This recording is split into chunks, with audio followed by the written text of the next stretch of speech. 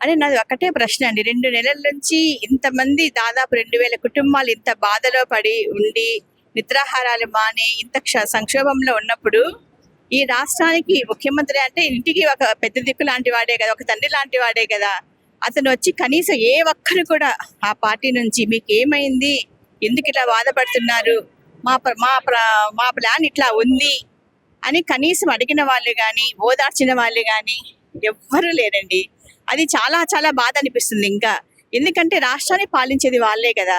అంటే కనీస ధర్మం ఉండాలి కదా! వాళ్ళకి ఏమవుతుంది? వీళ్ళకి ఎందుకు బాధపడుతున్నారు కనుక్కుందాము అన్న కనీస స్పృహ లేకపోవడం అన్నది కూడా చాలా బాధ అనిపిస్తుంది. అంతకన్నా బాధ ఏమంటే ప్రతిపక్షాలు వచ్చి మిమ్మల్ని అందరిని ఎగదోస్తున్నారు అంటారు. అంటే ఎప్పుడైనా అసలు దుఃఖంలో ఉన్నప్పుడు ఒక మనిషి ఎవరైతే మన దుఃఖాన్ని పంచుకుంటారో వాళ్ళే మాకు ఆత్మీయులు అవుతారండి.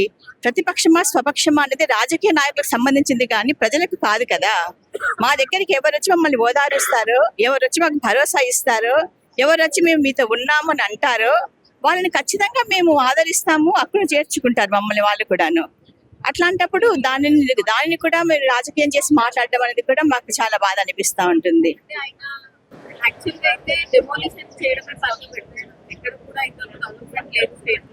ఇంకోటి ల్యాండ్ తీసి రియల్ ఎస్టేట్ ఇస్తాను, night time shopping areas create చేస్తాను, నైట్ టైం టమాటాలు అమ్ముకోవచ్చు అని మాట్లాడుతున్నారు. అంటే వాళ్ళ ప్రణాళిక ఎట్లా ఉందో మాకు ఎవ్వరికి ఇంతవరకు క్లియర్ గా లేదండి. వాళ్ళు ఏం చేయదలుచుకున్నారు అనేది. ఒక్క విషయం మాత్రం నిజం, మూసి ప్రక్షాళన చేస్తాము అంటున్నారు. మూసి ప్రక్షాళన చేయాలి అన్నది మేము కూడా గత 30 ఏళ్ళ నుంచి కూడా అనుకుంటూనే, దానికి మేము కూడా మద్దతు ఇస్తూనే ఉన్నాము. మూసి ప్రక్షాళన అనేది చాలా చాలా అవసరం. ప్రతి ఒక్కరూ దాన్ని ఎవరు కూడా కాదనడం లేదు. కానీ మూసి ప్రక్షాళనలో భాగంగా ఇంతమంది జీవితాలను నాశనం చేయడం అవసరమా? అంటే ఇంతమంది జీవితాలను నాశనం చేస్తే తప్ప మూసి ప్రక్షాళన కాదా? మూసి ప్రక్షాళనకి ఇంతమంది జీవితాలకు కూడా సంబంధం ఏంటి అసలు?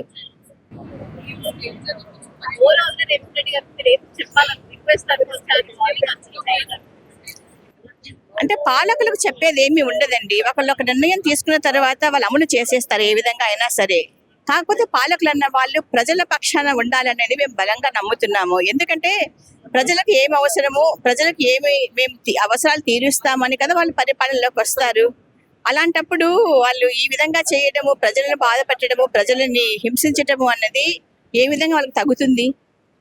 ఇప్పటికైనా నాకు ఒక్కటే అనిపిస్తుందండి, ఇన్ని ఇన్ని కార్యక్రమాలు చేస్తారు, ఇన్ని కార్యక్రమాలు అటెండ్ అవుతా ఉన్నారు కదా. కనీసం ముఖ్యమంత్రి కాకపోయినా వాళ్ళ నుంచి ఒక్క మంత్రి గాని, ఒక్క మనిషి గాని వచ్చి ఏమైంది మీకు, మేము ఉన్నాము, మీరు బాధపడొద్దండి అని ఒక్కరు కూడా మమ్మల్ని కన్సోల్ చేసిన వాళ్ళు లేరండి. అది చాలా బాధ అనిపిస్తుంది. అంటే అంత నిర్లక్ష్యంగా ఉండడము, పట్టించుకోకపోవడము. మీరే అంటున్నారు దాదాపు 1 నెలన్నర నుంచి ఇంతమంది జనాలు, ఇంతమంది మనుషులు ఇంత బాధపడతా ఉంటే, మీకు అందరికీ తెలుసు ఎంపీఆర్ దాదాపు 1.5 మంత్ నుంచి మొత్తం న్యూస్ లోనే ఉంటా ఉంది. ఎంతమంది సీనియర్ సిటిజన్స్ ఉన్నారు, ఎంతమంది చిన్న చిన్న పిల్లలు కూడా ఎలా మాట్లాడుతున్నారు అందరూ కూడా చూస్తూనే ఉన్నారు. ఇంతమంది ఆవేదనకి ఒక్క మనిషి కూడా ఆ పార్టీలో నుంచి రాకపోవడము, ఒక్క మనిషి కూడా కరిగించలేకపోవడము, ఒక్క మనిషికి కూడా పట్టకపోవడము, ఏ ఒక్క మనిషి కూడాను అందరూ ఇంత నిర్లక్ష్యంగా ఉండడం అనేది కూడా చాలా బాధాకరం అనిపిస్తుందండి.